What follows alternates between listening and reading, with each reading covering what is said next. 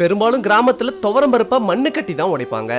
அறுவடையப்ப கொஞ்சம் கொஞ்சமா சேகரிச்ச துவரம் பருப்பை 8 மணி நேரம் தண்ணி ஊத்தி ஊற விட்டுருவோம்.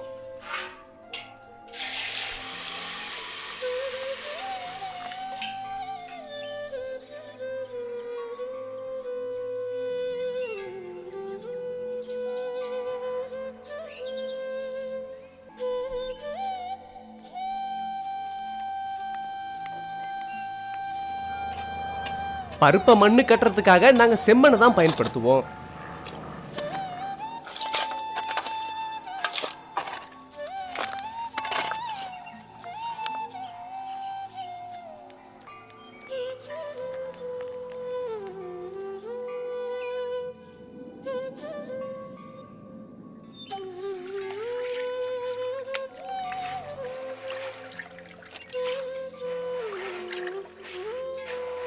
பகல் முழுக்க ஊறின பருப்பை தண்ணியிலிருந்து பிரிச்சு வச்சிருவோம்.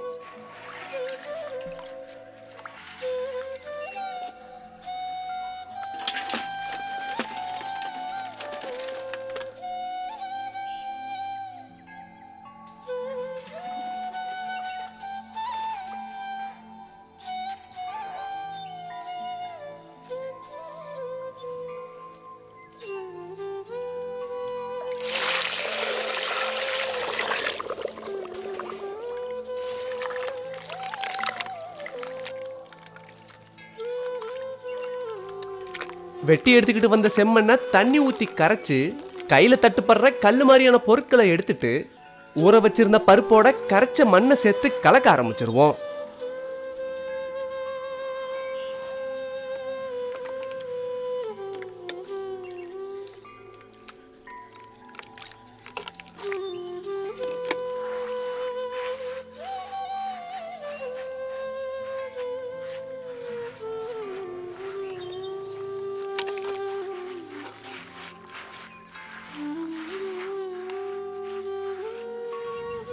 ஊற வச்சிருந்த எல்லா பருப்பையும் மண்ணோட சேர்த்து கலக்கிட்டு ஒரு ஈர சாக்க போட்டு இரவு முழுக்க மூடி வச்சிருவோம்.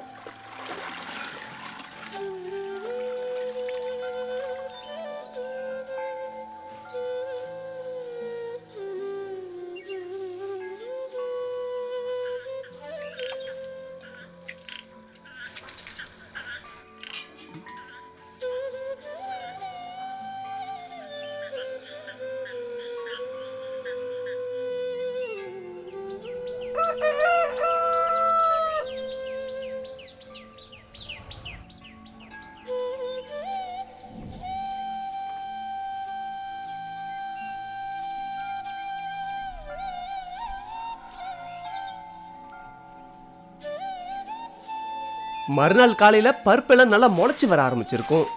எல்லா பருப்பையும் பரப்பி விட்டு வெயில நல்லா காய வைக்க போறோம்.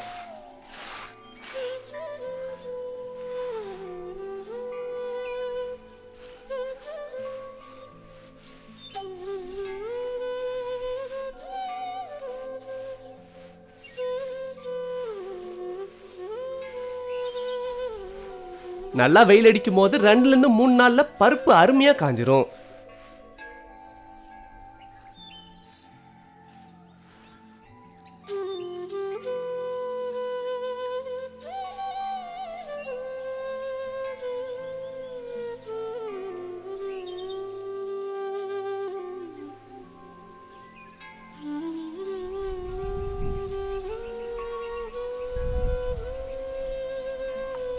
இப்படி மண்ணு பூசி காய வச்ச பருப்பை அப்படியே எடுத்து சேகரிச்சு வச்சுக்கிட்டா பல மாசம் வரைக்கும் வண்டு விழாம அப்படியே வச்சிருக்க முடியும்.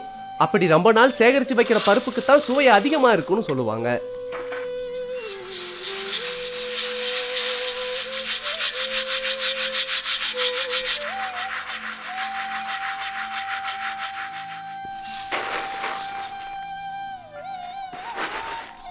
காஞ்ச பருப்பை சலிச்சு புடைக்கும் போது பூசின மண்ணெல்லாம் பிரிஞ்சு வந்துடும்.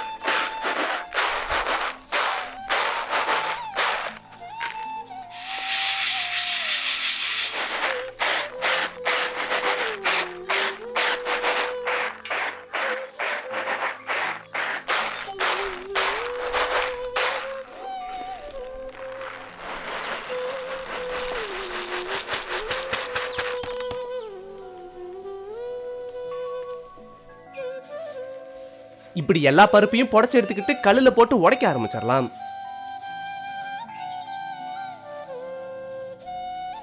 இதை எங்க ஊர்ல ஆரியக்கல்னு சொல்லுவாங்க. பருப்பை உடைக்கவும் தானியத்தை அரைக்கவும் இந்த கல்லை பயன்படுத்துவோம். கடைகளில் கிடைக்கிற பருப்பை விட இப்படி மண்ணுல ஊற வச்சு உடைச்சு எடுக்கிற பருப்பு சுவையாவே இருக்கும். பருப்பு ரெண்டா உடைஞ்சு வெளியே வரத இந்த இடத்துல தெளிவா பார்க்க முடியும்.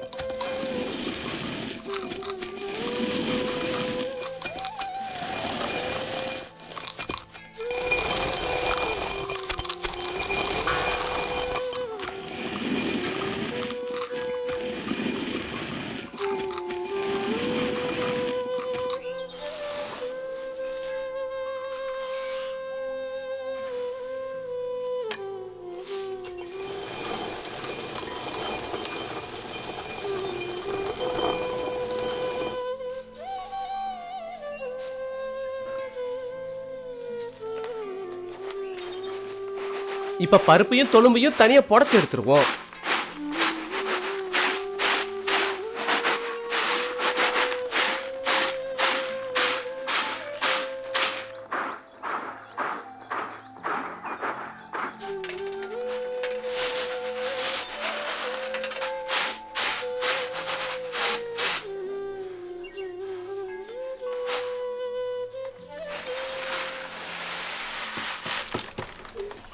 கடைகளில் கிடைக்கிற பருப்பை விட இப்படி மண்ணுல ஊற வச்சு உடைச்சு எடுக்கிற பருப்பு சுவையாவே இருக்கும்.